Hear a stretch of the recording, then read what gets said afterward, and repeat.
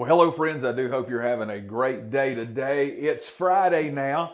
God has blessed us and kept us another week. Let's go ahead and gather our faith around us now, and let's go out of here and finish this week strong as we get ready to go into the weekend. Welcome to another edition of Take 5, and the subject that we've been talking about for many weeks now, we've just simply entitled it Living by Faith.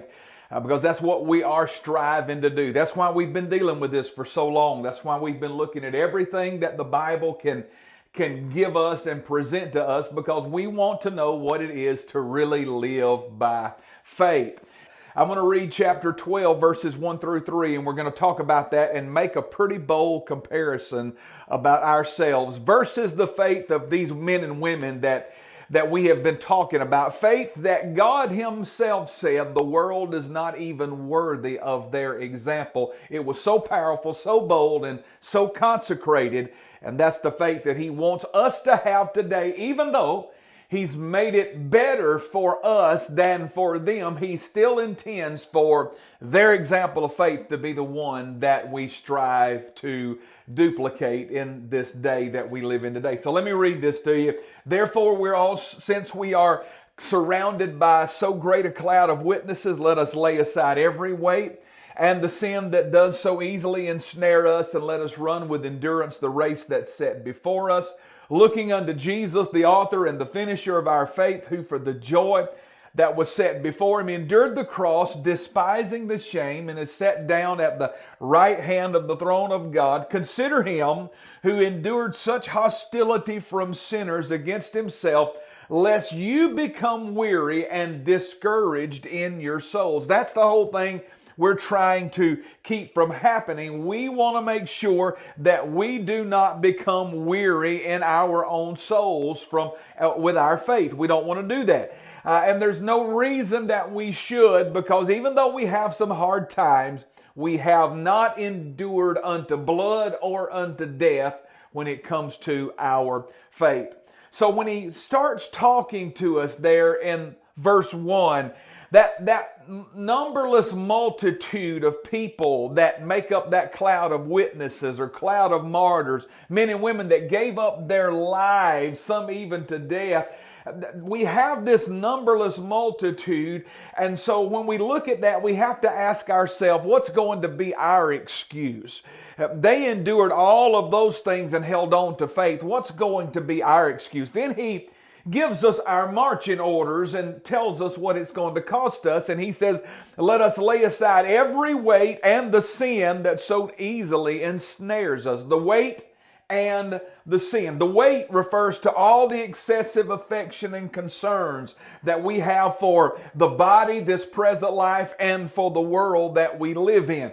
All of this unwarranted care for this present life or the fondness for it, all of that is dead weight upon the soul that pulls us down instead of us ascending upward, and it pulls us back when we should be pressing forward. That's the weight and the care of this world. You know, the Bible said, if any man love the world, the love of the Father's not in him. We can't do both. And that extra unnecessary care for this world and for this life and for our body and for all of these things that we put upon ourselves, that's unnecessary. And he said it will hinder that walk of faith. All of these just add to the duties and the difficulties that come with faith. Faith is hard as it is. There's no sense denying it. It's tough. It's a difficult road. But there's no sense in us taking on extra things that are unnecessary, making it even more difficult. Now, here's the thing.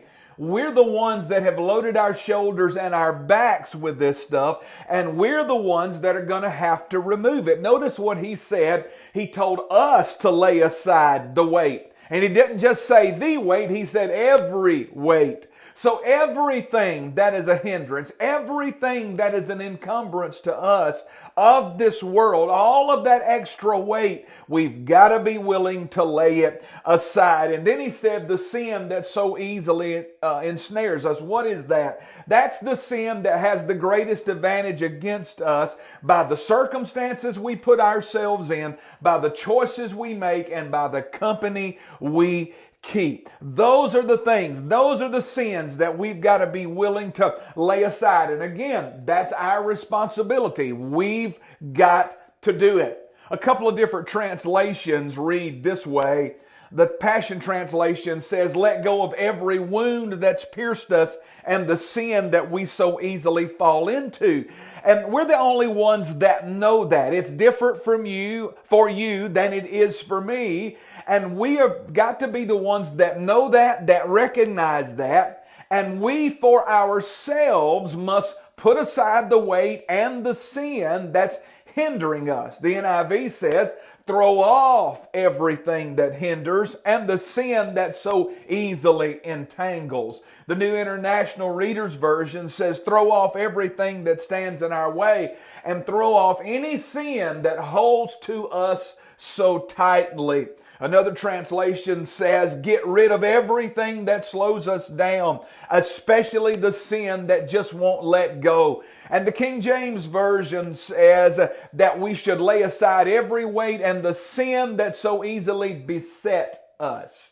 Beset. That word carries the idea of something that just keeps coming around.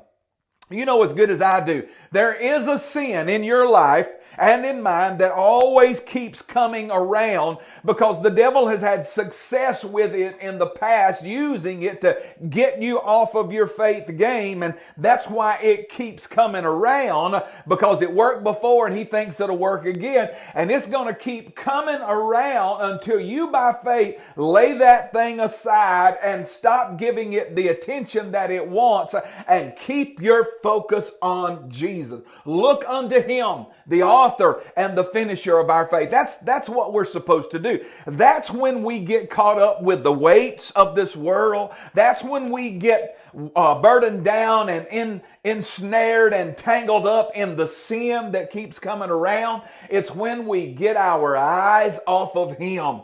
That's what those Old Testament saints stayed focused on. They kept their eyes on Jesus and they never saw him, but they had faith till the very end. You and I are on this side of Calvary. He's already come. He's already made it possible for us to be saved. Now we've got to keep our eyes on him. And when we do that, we won't be weighted down by the things of this world, and we won't get tangled up in the sin that keeps coming around. Well, hey, I've got to get out of here. It's been good being with you this week. I do trust that you will take this and glean something from it, that you will learn from it, and we will begin to apply the faith that we saw in these people of the Old Testament. We'll apply it today because you and I have something better. So let's grab the faith of those men and women and charge forward into this better covenant that God has given us. God bless you. I hope you have a great weekend. I look forward to being with you on Monday. Until then, trust the Lord, my friend. He will never fail you.